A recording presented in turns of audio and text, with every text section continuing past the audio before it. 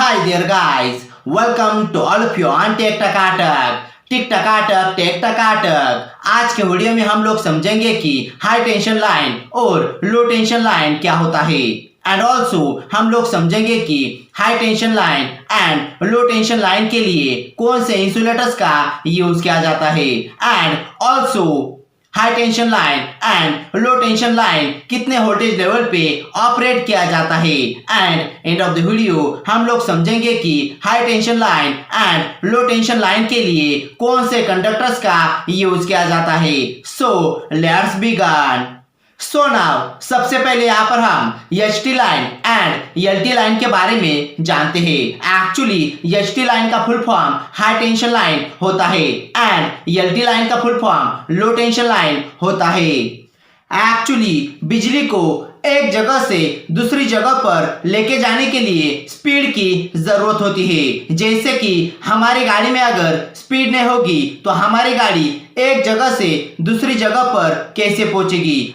अगर हम हमारे गाड़ी के एक्सेलेटर को घुमाएंगे नहीं तो हमारी गाड़ी को स्पीड कैसे मिलेगा, हमारी गाड़ी एक जगह से दूसरी जगह पर कैसे पहुंचेगी। सो दैट इसके लिए सबसे पहले हमें हमारे गाड़ी के एक्सेलेटर को घुमाना पड़ेगा, तभी हमारी गाड़ी को स्पीड मिलेगा और हमारी गाड़ी एक जगह से दूसरी जगह पर पहुंचेगी। ठीक उसी तरह से बिजली को एक जगह से दूसरी जगह पर लेके जाने के लिए स्पीड की जरूरत होती है और करंट के इसी स्पीड को हम लोग वोल्टेज कहते हैं और इसी को हम लोग पोटेंशियल भी कहते हैं और टेक्निकल भाषा में उसे टेंशन कहा जाता है। सो नाउ यहाँ पर हम लोग देखते हैं कि हाई टेंशन लाइन और लो टेंशन लाइन के लिए वोल्टेज लेवल कितना होना चाहिए, यानी कि कितने वोल्टेज लेवल के लाइन को हम लोग हाई टेंशन लाइन बोलते हैं और कितने वोल्टेज लेवल के लाइन को हम लोग लो टेंशन लाइन बोलते हैं। एक्चुअली 1000 वोल्टेज से कम जितनी भी लाइनें होती है उनको हम लोग लो टेंशन लाइन बोलते हैं। एंड एक्चुअली जो एलटी सप्लाई होता है वो दो कैटेगरीज में होता है, एक होता है सिंगल फेज एंड दूसरा होता है three phase. And actually single phase का वोल्टेज 230 वोल्ट होता है एंड थ्री फेज का वोल्टेज 415 वोल्ट से लेकर 440 वोल्ट तक होता है।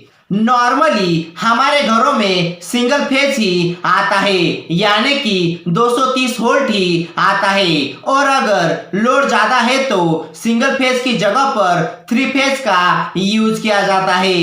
सो नाउ यहाँ पर हम लोग देखते हैं कि कितने वोल्टेज लेवल के लाइन को हम लोग हाई टेंशन लाइन बोलते हैं। So actually high tension line में 11 केवी, 22 केवी, 33 केवी के लाइन को हाई टेंशन लाइन बोला जाता है, यानी कि 33 केवी तक के लाइन को हाई वोल्टेज लाइन बोला जाता है एंड 33 केवी के ऊपर वाले लाइन को एक्स्ट्रा हाई वोल्टेज लाइन बोला जाता है।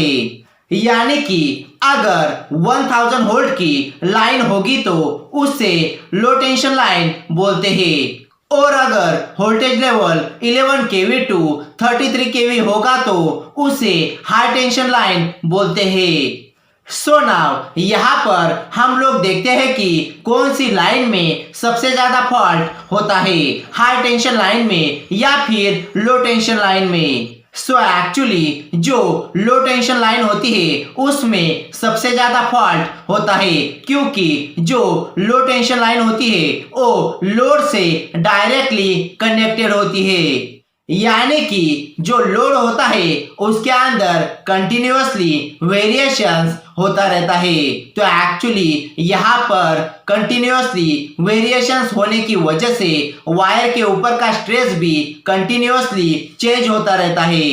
तो यहाँ पर जब वायर का स्ट्रेस ज्यादा होता है तो वायर जल जाता है, इसलिए लो टेंशन लाइन में ज्यादा फॉल्ट होते हैं और हाई टेंशन लाइन में कम फॉल्ट होते हैं, क्योंकि हाई टेंशन लाइन से लोड डायरेक्टली कनेक्टेड नहीं होता, यानी कि वायर के ऊपर ज्यादा स्ट्रेस नहीं आता, इसलिए हाई टेंशन लाइन में कम फॉल्ट होता है।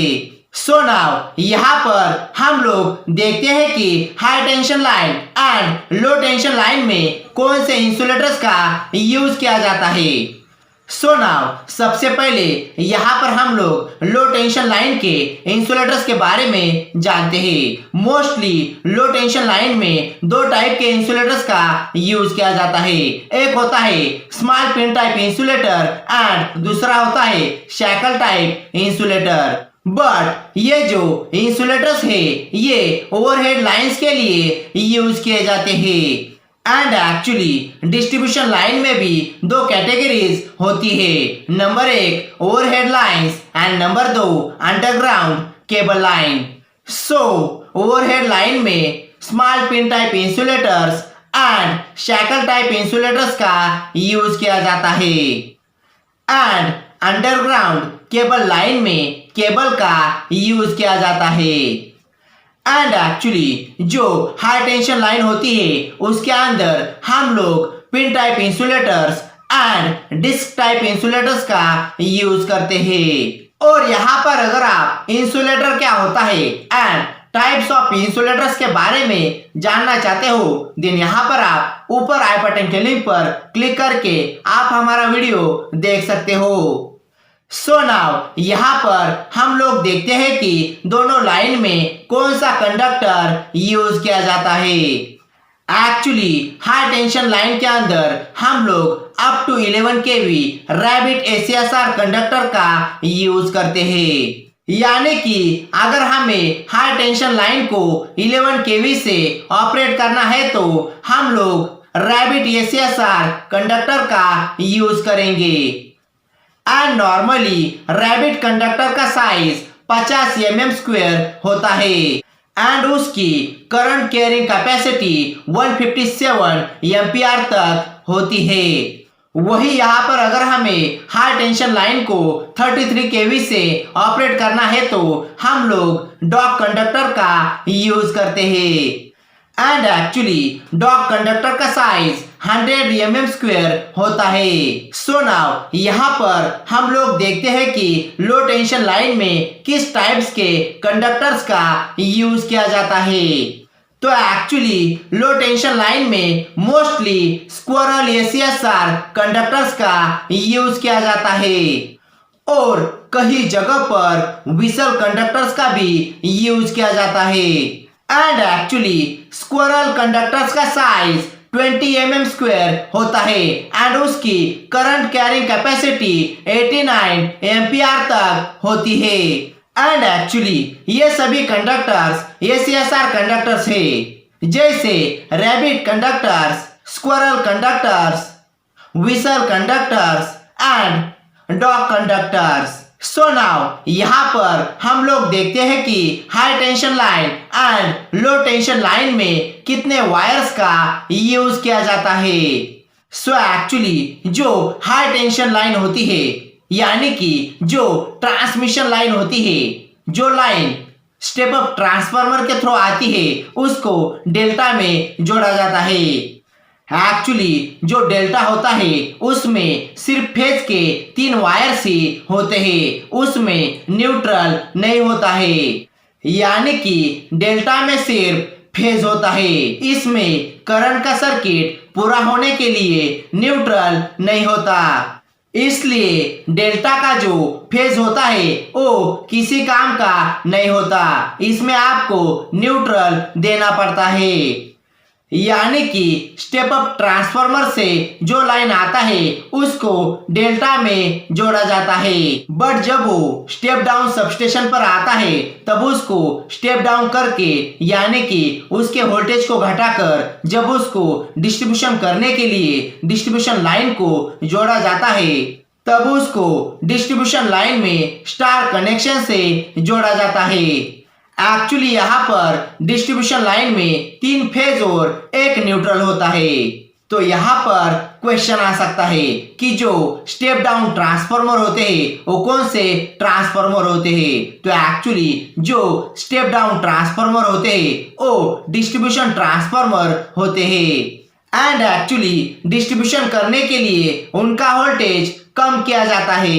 यानी कि सिंगल फेज का ट्रांसफार्मर होगा तो 240 वोल्ट का वोल्टेज रहता है और 3 फेज का होगा तो 415 वोल्ट का वोल्टेज रहता है, तो स्टार में रहता है।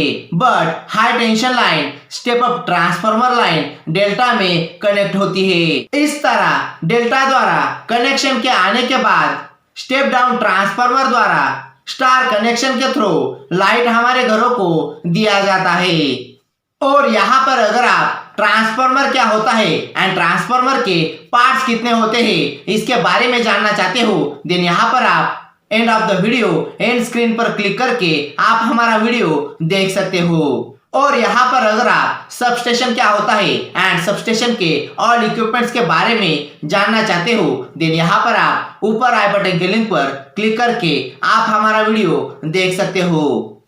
एंड एक्चुअली हमारे घरों में बिजली डिस्ट्रीब्यूशन ट्रांसफार्मर से आती है जिसका प्राइमरी वोल्टेज 11,000 वोल्ट का होता है एंड सेकेंडरी वोल्टेज 230 वोल्ट का होता है।